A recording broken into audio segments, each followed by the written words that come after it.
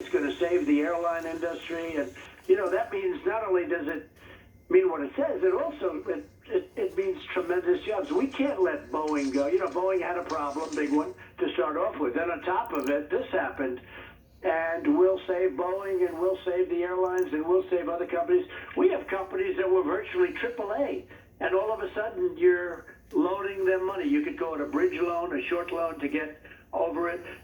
In all cases, we intend getting the money back, getting interest, and in many cases, some cases, issuing what they call warrants, will get pieces of the company, large pieces of the company, and that will come back and inure to the benefit of U.S. taxpayers. I mean, they're going to be great. It's a great thing. So we had to give up things that, instead of just saying, let's do what's right, which is taking care of the workers and making sure these companies don't go out of business. You could never start them again if the airlines leave. You're never going to be able to start. It's a very difficult thing with the Democrats. So we end up giving them something for Kennedy Center. We end up giving them something for far worse than that. Look, say what you want about Kennedy Center. I'll scroll that. I'm going to put... Because, the Kennedy Center got hit hard. I mean, there aren't too many people watching. I said today, Romeo and Juliet, okay? You can't pretty much go in because of what's gone on with the virus. But far beyond Kennedy Center, we give things that we don't want to give. You know what I'm talking about. You have them up on your screen. But you have to in order to get. We cut out, and you just said it better than anybody, over the last 2 days, we cut out much of it. If you would have seen some of the things we were giving up, and it's a shame that we can't just sit down and easily, it's always like such a big deal.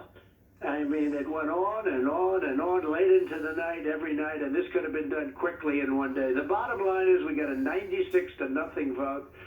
And I think all of the senators that weren't there were in quarantine. And the case of Rand Paul, a good guy, by the way, he actually has this problem.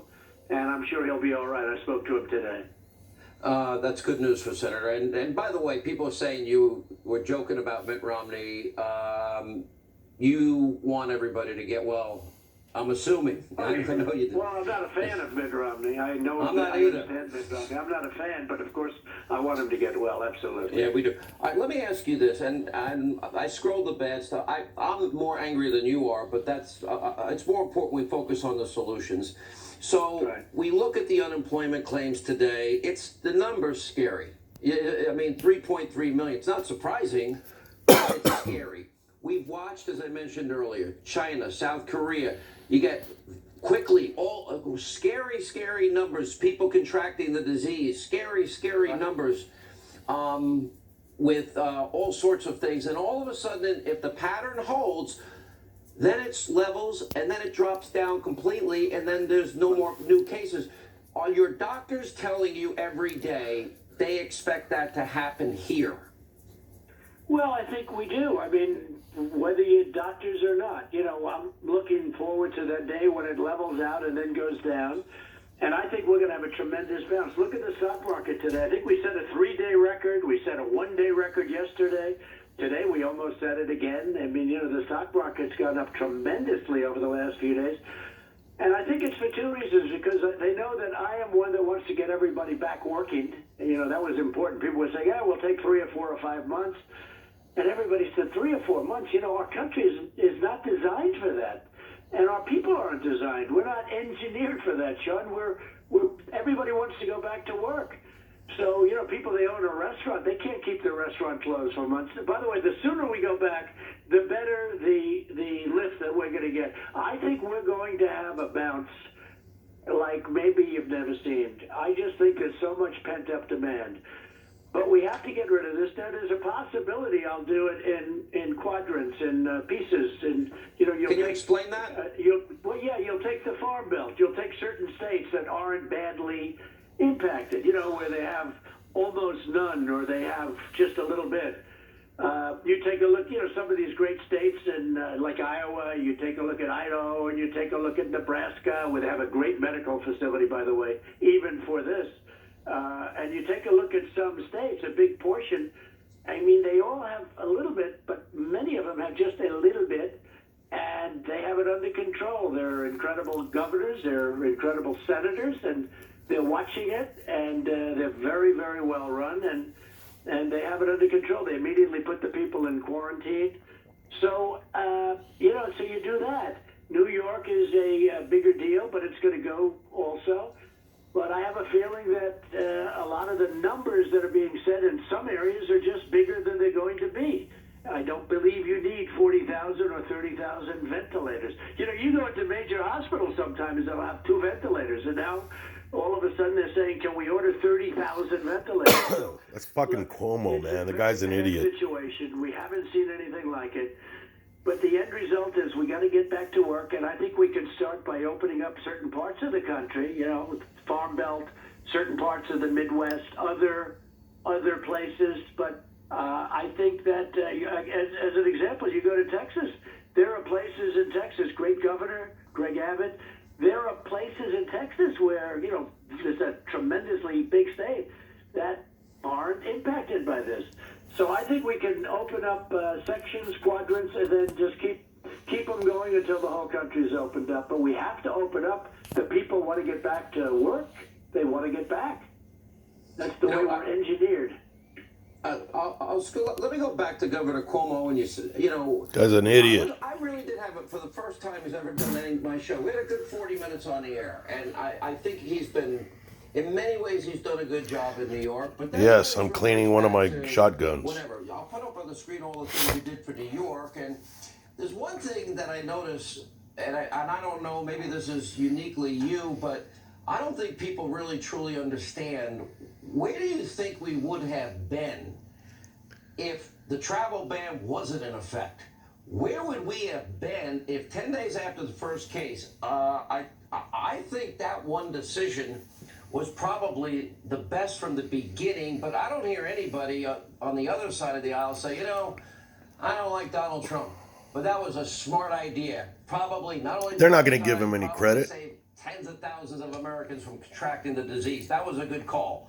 I mean, are we that divided as a country you can't acknowledge where you kill Soleimani? You can't acknowledge killing Soleimani? Yep. Leading state sponsor of terror, Iran. He leads the state sponsor of terror. He killed Americans in Iraq. The divide is pretty intense. Well, thank you, fake news, fucked up media. Republicans, you'll hear from some Democrats. We would have had tremendous death had we not acted early. And our country's getting great credit for that. Forget me. Our country is getting great, but it was a good decision. Hey, when I made it, I would say that's a big decision. You cut off China and the people coming in, and you're talking about tens of thousands of people. No, we would have had death all over the place, Sean. You know that. Let me go. Early on, I remember somebody asked a question about how your younger son. I know your family. I know your older kids. I've met your younger son. He's a wonderful kid. Very polite, nice, funny, smart. And you said you asked, what are you telling him about it? And you said it's bad. Where's he now? How does he feel about it? And what do you say to those Americans that they see the headlines, they read the worst of the worst? You got death counts on TV almost 24/7, or contracting the disease. What do you say to Americans that are very, very concerned, worried, even fearful about this?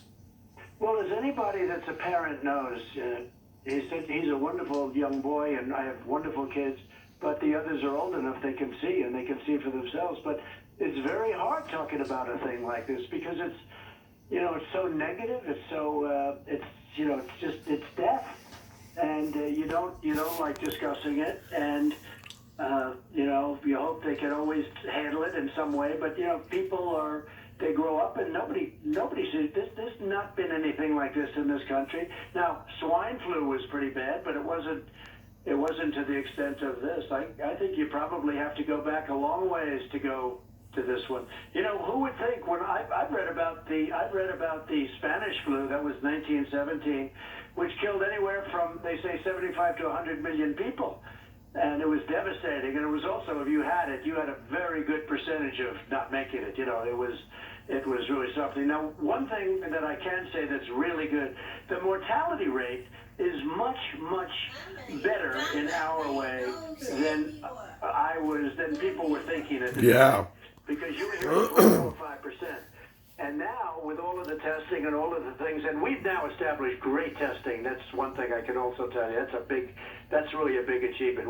We've tested now more than anybody.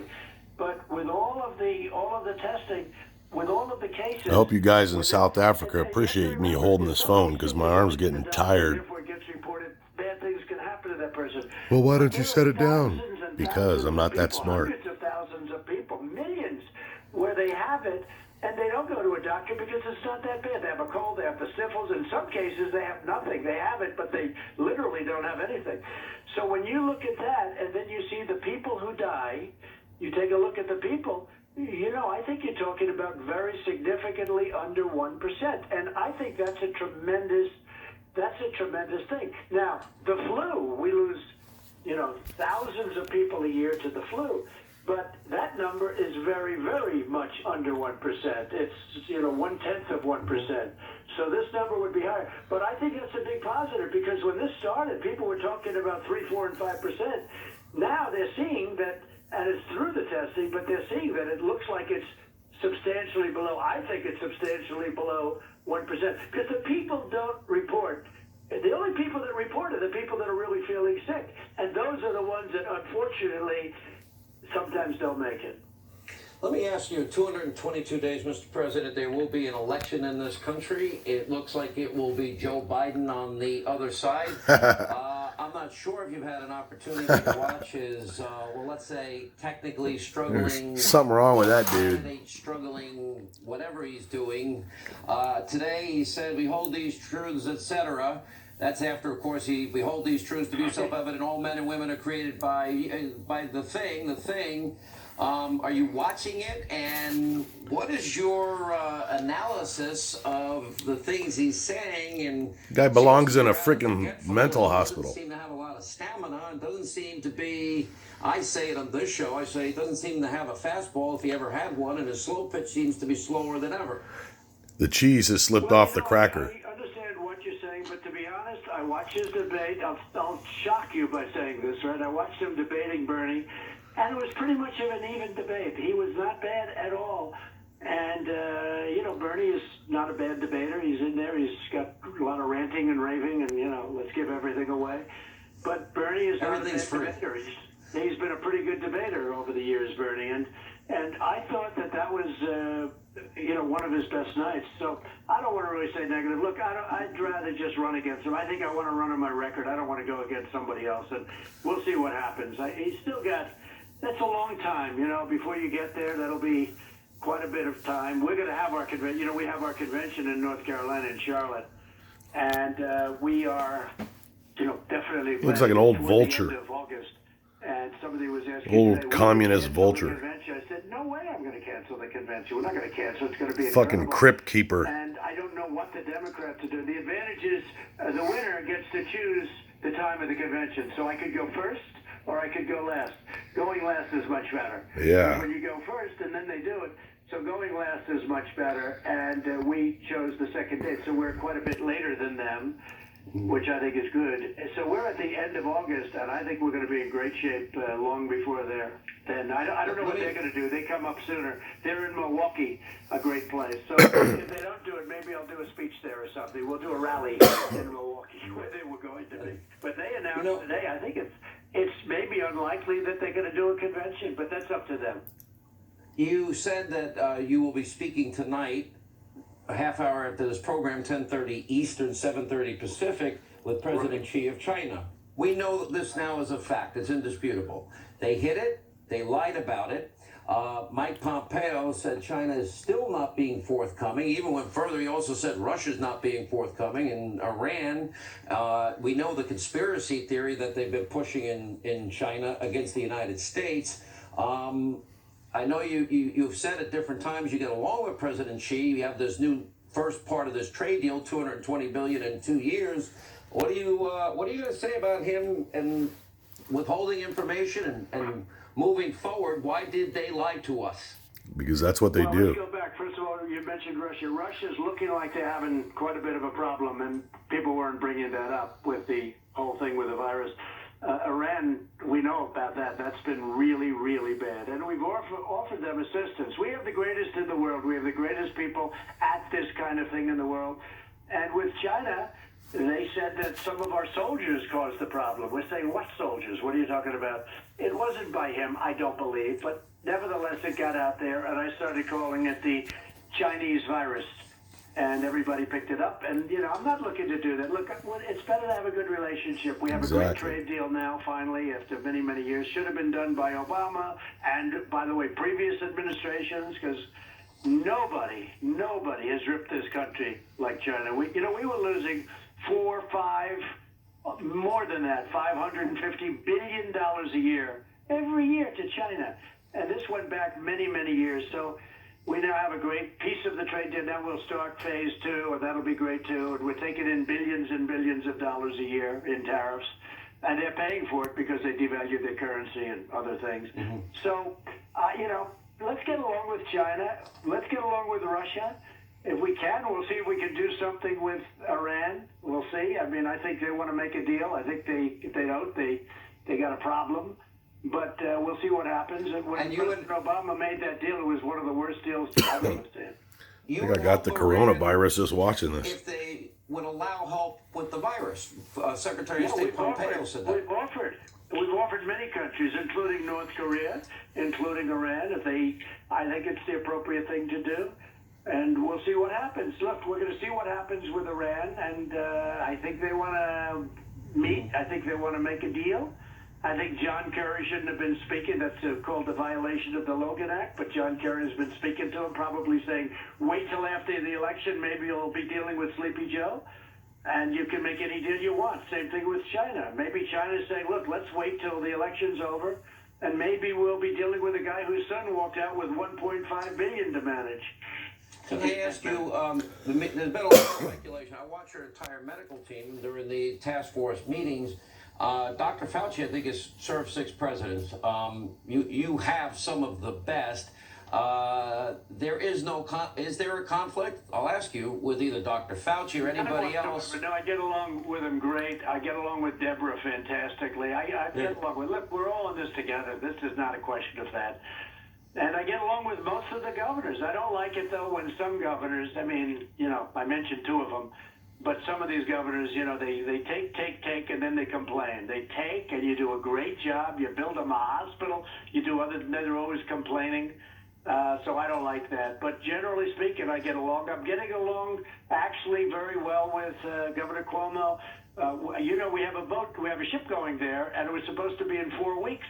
It's leaving now on Saturday. We were able to move it up. It's stocked up with supplies. It's a great ship, and it's a hospital ship, and it's leaving Virginia on Saturday. And it's very exciting. It's going to get to New York on Monday. It's going to be docked in New York Harbor, and these are tremendous. They're warships. These are ships that take care of the soldiers in battles, and they are big and powerful. And it'll be up there, instead of in 3 weeks, it'll be up there on Monday. Nice. How are the people that are around you, and you see people kind of spread out to the stage, and we have a little less than a minute here, and the First Lady in particular, I think she could say almost on a regular basis that her approval ratings are higher than yours. Is that a problem in the family? I think they are. She's doing a great job. People love her. Every time I make a speech or have a rally, they have signs, we love our First Lady. No, she's doing a fantastic job, Sean. You know that. Yeah. Well, I know, Mr. President, I know you've been busy. I know it's up late. I know you've been working hard. My goal is that every American, we want to save lives in the interim. We want to get a permanent solution. Thank you for taking the time to spend with our audience, and hopefully we can get this past us as quickly as possible. God bless you, President Trump. It's an honor. Thank you very much, Sean. Thank you. All right. Thank you, Mr. President.